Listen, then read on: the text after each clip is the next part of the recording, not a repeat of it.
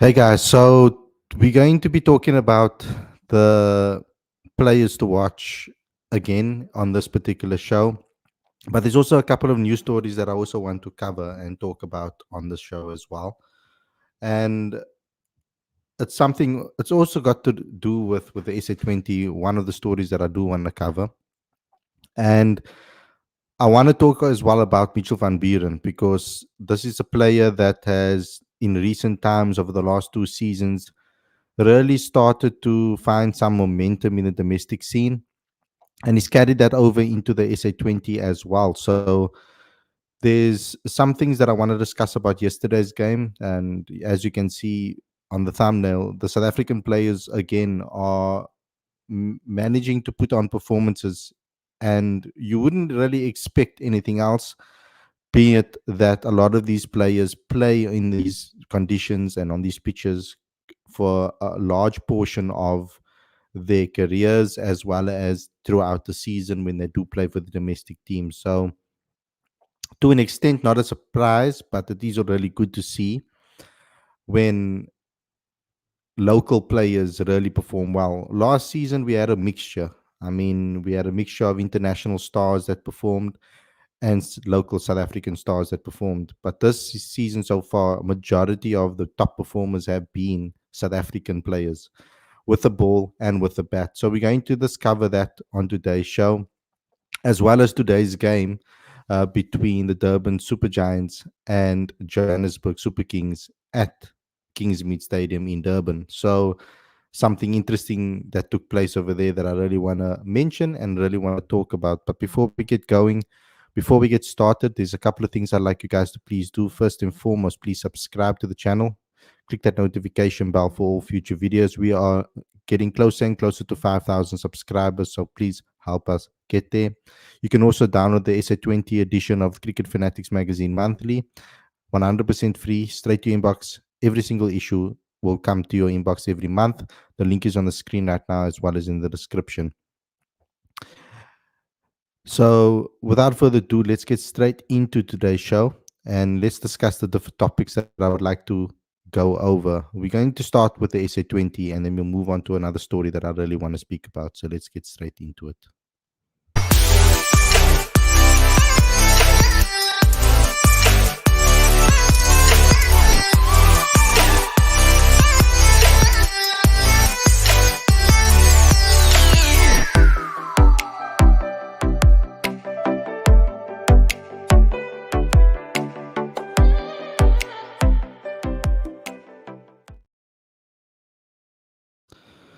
A very good evening and welcome to Cricket Fanatics magazine. This is your daily show, your SA20 Watch. I'm your host, Khalid Mohideen. And this is the show where we talk about everything that has to do with the SA20. We try to talk about the South Africans that perform, and that's when I will be doing shows on the SA20, is when South African players have performed, being that this is a South African cricket channel. So let's first and foremost start with today's game because it's fresh in the memory and it's something that this took place. There has been an incredible game from a bowler's perspective that we got to see. It all had to do with the conditions, the pitch in Durban. That was what we got to witness in this particular match. Some of us or some of the pundits were a bit confused, or not, I wouldn't say confused, but they were questioning the decision. I would say they were surprised by the decision of Keshav Maharaj, who won the toss and elected to bat first on this wicket. Because when you looked at the wicket, there were some dry patches. It wasn't necessarily looking like a quick wicket, and it didn't look anything like the other wicket the other night against MI Cape Town, which was a high scoring game for both teams. So on this particular surface, it looked very tricky. And we could see that by the early wickets that fell and the regular wickets that fell, and how Joburg Super Kings bowled. I think up until around about the 11th or the halfway through the 12th over, The Joburg Super Kings looked pretty much in control of the match. 5 wickets were down. They lost Quinton de Kock, Matthew Brzezinski, John Smuts, and Vian Mulder and Kimo Paul, and they only had 73 runs on the board. So it was looking like a comfortable position for Joburg Super Kings to be in. They looked like they were in control of the match, and they bowled extremely well. And then the game turned by one particular man, I would say, and that is Heinrich Klaassen. Heinrich Klaassen is truly showing his class so far in this tournament. Two completely different wickets. The first one where he was really good and batted at quite a high strike rate. And then today, he was a little bit more subdued. I wouldn't say he was completely subdued, but he was a little bit more subdued. Only batted at 156 strike rate, which is still extremely good. He scored 64 or 41 balls, and he hit 7 4s and 2 6s. But it's not necessarily about the boundaries for me. What was more important for me was about the way he approached his innings and got his eye in before he started smacking the ball. And he didn't necessarily play that big power game that he usually does when he's just clearing the boundary with ease. He was playing good cricket shots. He played smart cricket. His running between the wickets was also extremely good. And overall, he played really well for his 62 minutes at the crease. And he was really great in his approach. I think he was very smart in his approach and the way he batted. And you could see by all the batters on today that it was a real big struggle for them to really get their eye in on this wicket. And you have to say that it was an extremely good performance from Heinrich Klaassen once again. Another South African, a local boy, playing really well. But what impresses me the most is that this is good practice for South Africa. We always have these situations when we've said that the South Africans struggle to play in different conditions and adapt their game to certain scenarios. So it's good to see some Proteas players do that. And Heinrich Klaassen was absolutely fantastic today. He is absolutely world class. We can't deny that he's probably the best T20 batter, one of the best T20 batters in the world at the moment. And what makes him even extra special is his ability to be able to play against spin. And that has been a massive asset to South Africa. And I hope it continues to be an asset to South Africa. Now, that first innings wasn't all DSG. I would say that someone needs to get a hell of a lot of credit for the way that he bowled today, and that was Lazard Williams, 4 for 26. He only went for 4 4s in this particular match, and he was absolutely excellent. No extras today, and he was really clinical and really he changed up his deliveries quite well, and he got key wickets.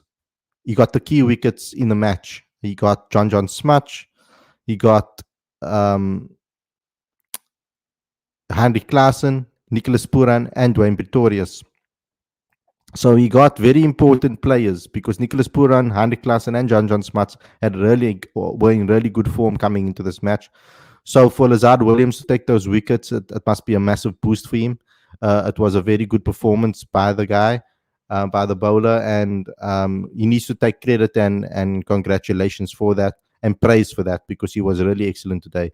I think he bowled extremely well, and I'm hoping that he can continue this type of form going forward when it comes to his performance as a whole. When Joburg Super Kings came out to bat, Faf du Plessis struggled. He really struggled today. He couldn't read the ball. He couldn't get the ball away into the gaps. He went out. He faced 17 balls and he only scored 7 runs. He was starting. It looked like the him and Riza Hendricks were going to start to build a partnership, but Riza batted, I think, decently today, given that he got a duck in the last match and he was run out. I think he batted decently on the wicket. He had the right approach, but unfortunately, Uh,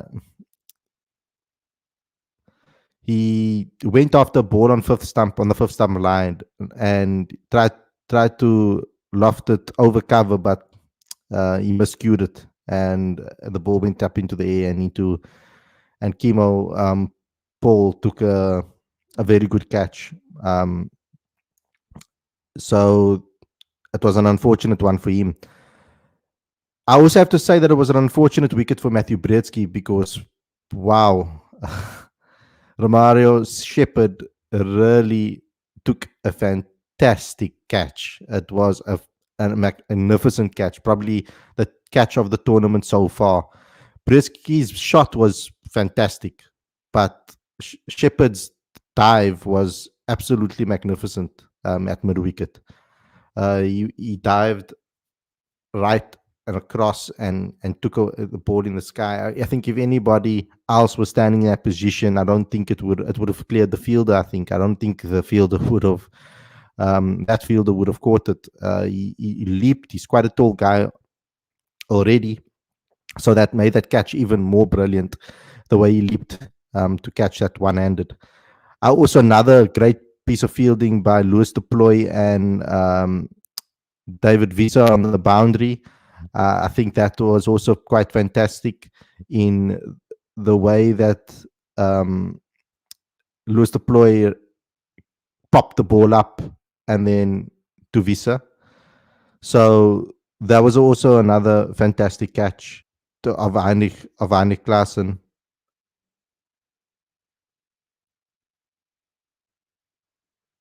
No, it wasn't Heinrich Klaassen. It was Kimo Paul. That was the catch of Shepherd's bowling. It was a fantastic piece of fielding. And that's why I thought Joburg Super Kings looked up for it. They had some brilliant fielding, but they couldn't stop Andy Klaassen today. Absolutely class from him. When it comes to Joburg Super Kings, we had a late flurry from Moeen Ali, 36 of 26 balls, and Riza Hendricks, 38 of 32. But from a batting perspective, no South Africans really put up their hand and really performed. I have to give full credit to Keshav Maharaj today. The way he bowled, he piled on the pressure. He bowled his 4 overs on the trot, 2 for 17. He was magnificent, and the way he rotated his bowlers and utilized them was absolutely fantastic to continuously throttle the opposition.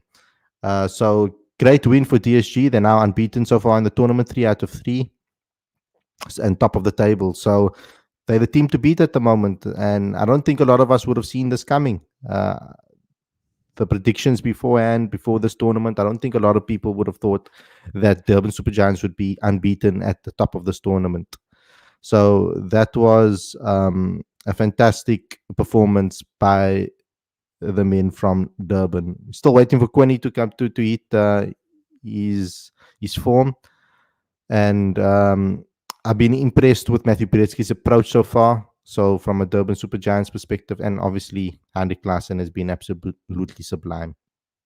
Let me get some of your comments about this particular game. Sabir saying, commentator said some of DSG players are leaving. Any idea who? Not 100% sure who is leaving. Macmillan says Kani's thought that Durban Super Giants were going to be crap. Lawrence Bailey says it's about time we talk about Andy Klaassen as a world-class white ball batter. The guy scores runs in all conditions and not just on flat wickets. And yes, we've been talking about him for quite some time on this channel, giving him a lot of praise and a lot of credit when it comes to white ball cricket. He's been one of the first names in the team sheets when we select our teams here on this channel. So I think that for quite some time we've been talking very highly of Heinrich Klaassen, and he deserves it. Macmillan says Maharaj, I feel, is the most underrated and underappreciated bowler in the world, and possibly the best 3-format bowler in the world. Also, he's an excellent captain, very underrated captain, I would definitely say, and he does get a little bit underrated. I think he's proven over and over again, even though some people don't think that he can play T20 cricket, when the conditions are absolutely perfect for him, he's good. But when the wicket isn't, he still performs pretty well. He he seems to find ways to take wickets and to pile on pressure, even if he doesn't take wickets. But today he was absolutely fantastic as a captain, as a bowler. The way he piled pressure on JSK, they had no answer. The surface was very tricky. I'm not going to lie. Especially batting second on this wicket was very tricky. The balls kept quite low and got stuck in the surface. It was almost impossible to hit boundaries in that second innings. It was very difficult to get the ball away. So it was a tricky wicket, but I don't think it was necessarily unplayable per se. If your approach was correct, if your approach was correct on this wicket, then you'd score runs. And I think too many players out here try to hit boundaries instead of trying to uh, get themselves momentum throughout the match. Riza almost did it. To get a bonus point from the position they were in is great, says Sabir. Callan says Smudge is really good all rounder, showing his ability with bat and ball. He's been really good in this tournament so far. Let's see if he can continue and keep this up. Rana says, I personally don't have an issue with the wicket today. We see too many flatties nowadays. I love a wicket where batter's technique and batsmanship is challenged. That goes a long way for me. And yes, that's a good thing. And that's why I actually wanted to mention that. I wanted to say that today's type of games, I think we will get a couple of wickets that will be tricky. And I'm actually glad that the SA20 is not just going to be flat tracks where they score 200 every single game. I think these games are also important for us, particularly our younger guys, to learn some things about reading conditions. Reading conditions remains key in cricket as a batter, no matter what format you play. I still believe that the skill to be able to read a wicket and adapt your game to it is gold dust for any team. And I think that's something that all younger guys should learn. It's not necessarily only the mindset and approach of coming out and playing attacking brand of cricket. It's also about adapting your game. Look at Heinrich Klaasen's innings today. He proved that. Arman says, Khali, do you have any contact with the guys at Supersport? If you have, please tell them to fix the audio issues at Supersport Park and Wanderers. Turn up the stump mic and crowd volume. Yeah, I don't really have any connections with Supersport guys, but I'm sure some guys that do work for them sometimes watch the show. So hopefully they are watching it tonight and they'll be able to see this comment. Lawrence says Lazard Williams is so underrated. Don't think many people know the amount of wickets and hard yards he had to put in to get win. 100%. I've always looked for reasons to speak about Lazard Williams on this channel and give him credit when he deserves it, because I like to highlight that, because he's had a very difficult journey in his career to get where he is today, and he's never stopped fighting. He's never stopped he's never stopped putting in the effort and the hard work, and it's starting to pay off, and I hope that it continues to. Lawrence says, I actually think that Riza Knock is being underrated. Got off to a cracking start in the first 6 overs, but then just ran out of batters and couldn't get strike. That was a major problem. The other batters at the other end weren't really supporting him. And then in the end, the pressure piles on.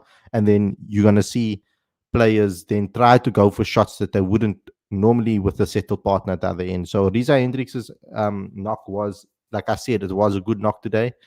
It was just an unfortunate one in the end that he ran out to so many partners that couldn't stick around with him.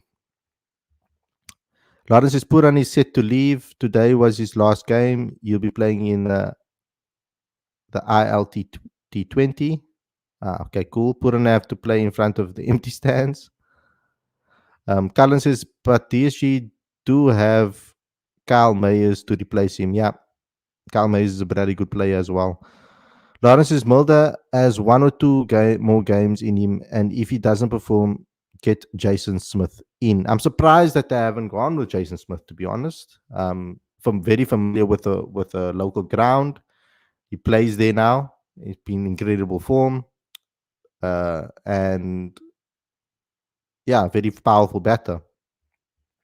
Cullen says Mulder really needs to step up. Can't keep playing with potential. Yeah, we're going to have to start seeing results. He's been given quite a few opportunities. And I'm sure that he knows that, and he feels that, and hopefully that he will live up to the potential that we've all said he had. Ever since a school kid, I've been tracking his career, and he had an abundance of talent as a kid, but has never really lived up to that potential quite yet. We've seen like bursts of performances, of good performances from him. There'll be certain seasons where he'll go through a good patch and then he'll be out of form again, and then a good patch, and it's not like the usual patterns that we'll see. It's not as consistent as we'd like, and with the amount of domestic cricket under his belt that he has, and the amount of games that he's played, um, there there is no excuse right now. I feel at this stage of his career, I think that he needs to now start to put on the performances, because there are a lot of other younger guys that are performing consistently, that are either younger or similar age than him. GOG says tickets for the game tomorrow, Khalid. I didn't get any tickets for tomorrow's game. I think it's I apologize for that. I didn't actually ask. So I'll try and run. I'll try to get tickets for next games, for other games, and I'll ask for if I can run a competition for tickets. Lawrence Bailey says, "Don't think it's ability or talent either, Mulder. Seems it's a lack of mentality for me. We've seen it with guys like Justin Ontong in the past. World of talent, but the step up may just be too big." Okay, I'm going to move on from this now. I really hope I'm wrong, says Lawrence. I'm going to move on from this now to the main topic that I wanted to discuss, and that's Mitchell van Buuren. I think he's shown some amazing ability in the matches that he's played so far. Uh, and yesterday was phenomenal. 72 or 40 balls, 7 4s and 3 6s at a strike rate of 180. And him and David Miller scored 75 of 60 of 42 balls, 8 4s and 3 6s, a strike rate of 178.57. He was absolutely fantastic. The both two of them were absolutely fantastic yesterday. They set up the victory for the team. They got to 210 runs, and they were magnificent. And it's good to see that they now won again, played at home, and they played away, and put in two good performances so far in both matches. From a Paul Royal side, that is really good. But the bowling performance, I have to give, I have to speak about. Riley Rousseau was also absolutely fantastic yesterday. 82 of 45 deliveries, 182.22 strike rate. But it was an extremely close game, because, I mean, Pretoria Capitals got to 200, and that makes Lungi performance even more fantastic. He took 4 for 39 yesterday. One wide, one no ball. Went for 3 6s and 3 4s. But he took the wicket at the clinical time in the match. It was Riley Rousseau's wicket that I feel completely changed the game. He took out Riley Rousseau on 82, and it shifted the game, because when a wicket falls, soon after another wicket does, and Will Jacks was then bowled by Fortuin, and uh, the game was completely turned on its head at that point. Even though Jimmy Neesham went for a quick 20 of 9, Corbin Bosch tried to go for a 10 of 6, Huddersfield Yoon went for 10 of 10, but Lungengidi this bowled absolutely fantastically. He bowled well to dismiss Phil Salt at the top of the innings, then take out Tienes de Brain, to give them a good start in the innings, and then in the middle overs, Riley Rousseau, and then finally to take out Corbin Bosch at the end. That kind of helped the team actually get over the line. It was a close one, but Lungengidi, 4 for 39, fantastic. So it's good to see our South Africans performing. But I would like to talk about Van Buren. I think Mitchell Van Buren has been pretty decent throughout. He's been um, he was he's been someone that we've been speaking about on the channel for quite a bit. for quite some time as a potential player that can really come through the ranks and make a step up. You know, he's particularly in the white ball arena. Uh, he's averaging 48.58 in list A cricket, but he's been in pretty decent form also recently in first class cricket. He's actually coming into this tournament after hitting 132 um, against KZ in England. And he scored 28 in the first game and he showed good signs. But to follow that up with a 72 is just a brilliant way to continue in this tournament. I like his technique. I like his power that he plays the game with. And so I'm hoping that he can continue and be one of the stars of this tournament. And I think he's one to watch in this tournament. And let's see how he develops, because I think it was worth something that was worth highlighting from that perspective. Gio says Van Buren is future of South African cricket. Lawrence says David Miller is like fine wine, just getting better with age. He's 34, but looks and plays like he's 24. This guy can easily make the 2027 World Cup. Lawrence also says Ngidi was excellent. He must just stay fit. And if he does, he'll be crucial for us at the World Cup. He always had that ability to strike early up front. And that is something that he needs to improve. He needs to get fit and stay fit, because every single time he's been in a tricky situation. He's been in a tricky situation with his injuries, and he always seems to get injured at the wrong times as well. When he's just starting to get some good form, and then he gets an injury, and then he's out for a while. He needs to remain fit holistically, and all the injuries doesn't help. He seems like a type of player that needs to be consistently active to be at his peak. You get a lot of players in athletes like that need to be consistently exercising and putting in effort to remain match fit. And he's been someone that has picked up quite a few injuries, and I hope that he can stay fit, because he is absolutely fantastic when he's on form. And he also has the ability to be able to bowl in different conditions on different wickets, which I like a lot. And he has ability to be able to adapt his game too.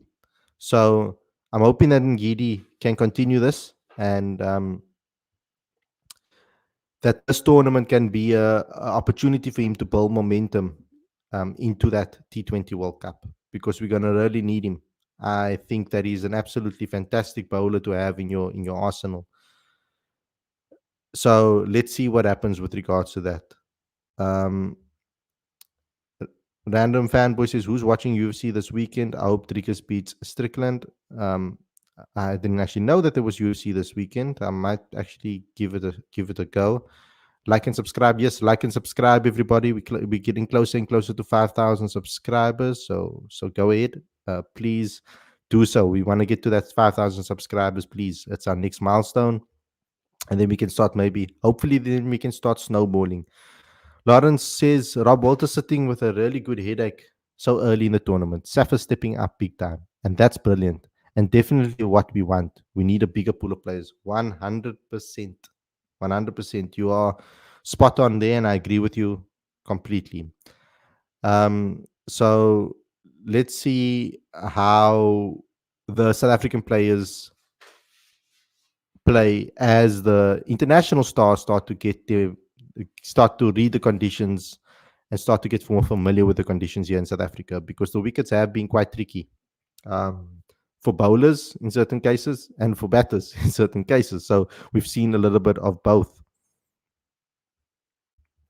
Sad to see players like Halimu go for so much in the auction and can't even play a game. Yeah, it is quite sad.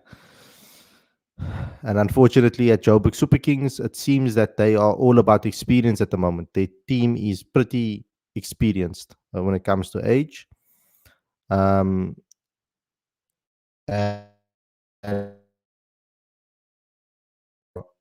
hoping to push that agenda, or not agenda, sorry, not agenda. They're trying to push that. as a strategy in this tournament. That was their strategy in the auction. They got a lot of guys, experienced heads, but it hasn't really worked for them thus far. Lauren says, who's been your standout batter and bowler so far? For me, my standout batter is 100% Ryan Rickleton. He's been fantastic. 2 games on the trot. He was absolutely fantastic. He's playing some incredible cricket at the moment. And I think that he deserves a lot of praise and a lot of credit for the way he's performed, particularly with the lack of opportunities in the South Africa. And then he comes and he does this, knowing that Rob Walter's watching. So he's my top batter so far. Bowler is a little bit more tricky for me, because there's been quite a few good performances with the ball thus far in this tournament. And also, I have to take into consideration who has bowled well on wickets that maybe perhaps hasn't really suited them and been able to adapt. So for me so far, I think in the games that I've seen, I think Lazard Williams has been excellent in different conditions now, on a flatter wicket as well as on today's wicket. So, and I think he's top wicket taker out of the tournament so far. I think him and Lungi Ngidi are sitting both with 5 wickets. So I think for me, I think he's been the bowler of the tournament so far, in my opinion, based on his ability to be able to keep that consistency in 2 games now on different wickets. And taking 5 wickets in 2 games, because remember, their first game was rained out. And Gidi has also been decent in his 2 matches. But if you look at the guys that are maybe bowling that bowled in 3 matches and in this tournament so far, you're gonna have to look at the best economy rates so far in this tournament as well. And I think KG Rabada has actually stepped up and performed quite well. Not necessarily been in the wickets columns, but he's bowled quite tight lines.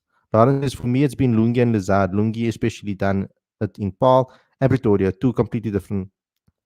Yeah, agree with you. Yeah, there we go. I think that's for me. I agree with that. Then there's something that I'd like to just speak about quickly, and there's been some comments from Mark Boucher that I would like to discuss. The article that was on, what's that site's name now again? Let me just try to find it.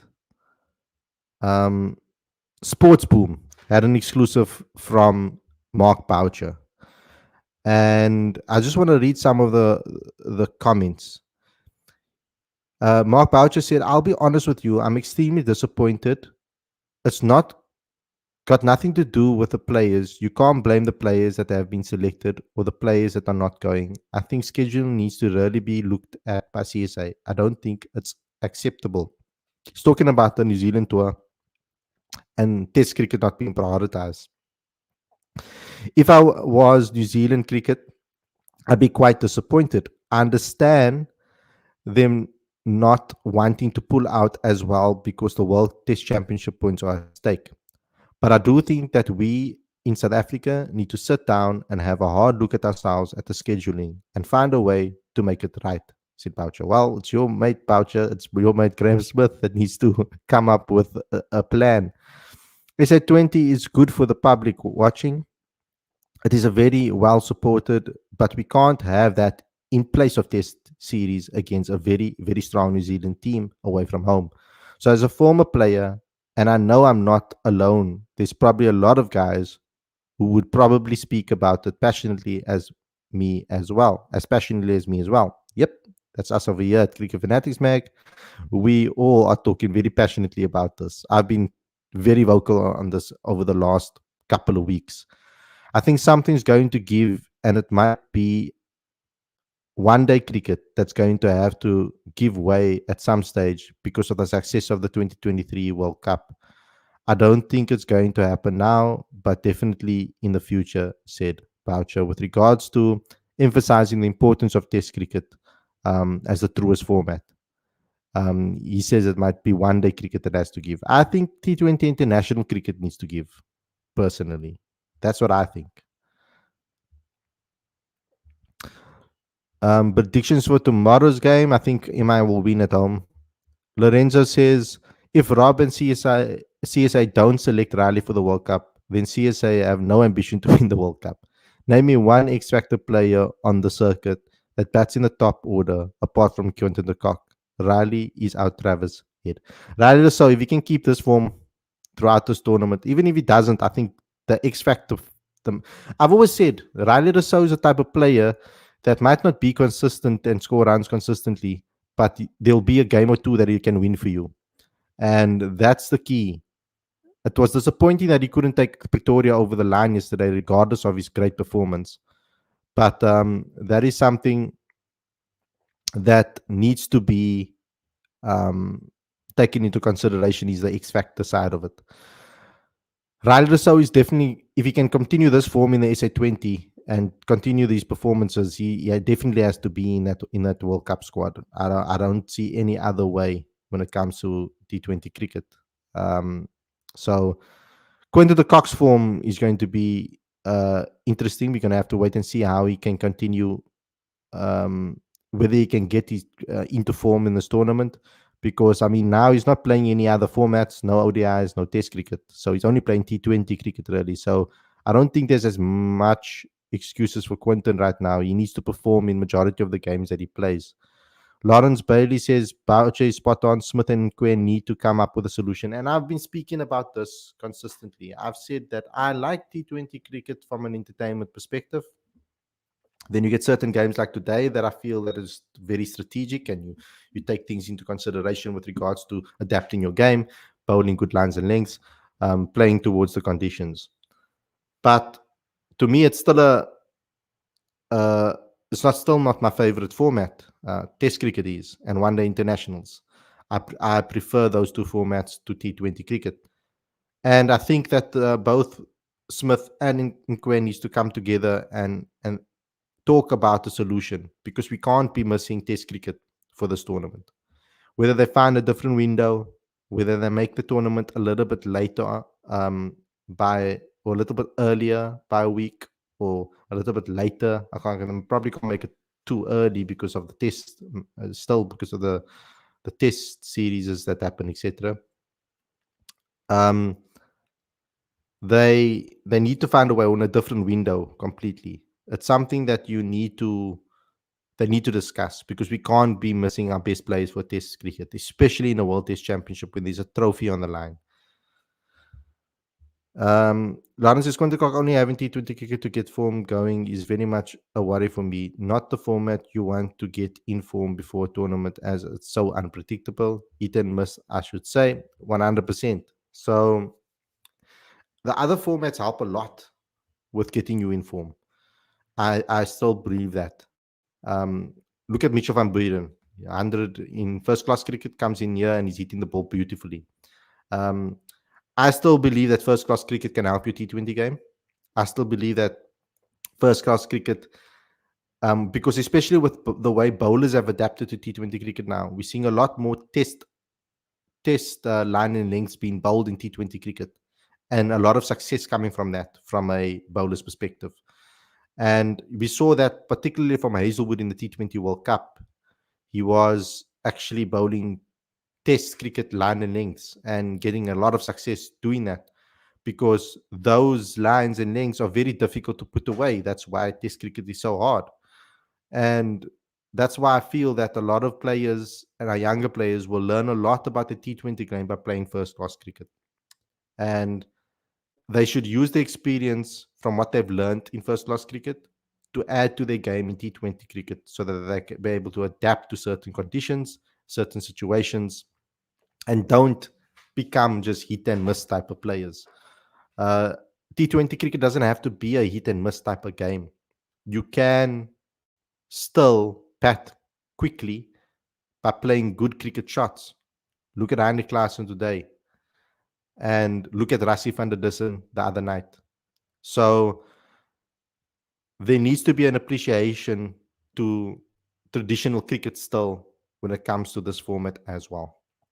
So I just wanted to highlight that and speak about that particular topic on today's show as well, because I actually agree with what Mark Boucher had to say here. And I think that the DOC and the ambassador, or the DOC and the commissioner of the SA20 League, need to get together and find a solution. Because on the one hand, while SA20 is good for South African cricket, from a fan perspective, from a monetary value perspective, from an entertainment perspective, it can't be at the detriment of Test cricket. Uh, we can't afford to kill the purest form of the game. It needs to find a way to survive within this modern day climate and that we live in. So anyway, guys, thanks a lot for watching. Thanks a lot for tuning in. Hope you guys enjoyed the episode. Please don't forget to subscribe and click that notification bell for all future videos. Really appreciate it if you can. Like as well, because it's very important that you do so that we can get into the algorithms on YouTube. And we want to get to that 5,000 subscribers, of course. Thanks a lot for watching. I hope you guys enjoyed this episode. I don't know what time I'll be live tomorrow, because I am going to the my Cape Town game. I will try to get home as soon as the game is done, um, to give you guys probably about a 9:15, 9:30 show. So hopefully you guys will be able to tune in and keep me company over here. But stay safe. Enjoy the rest of your evening. Peace out, everyone.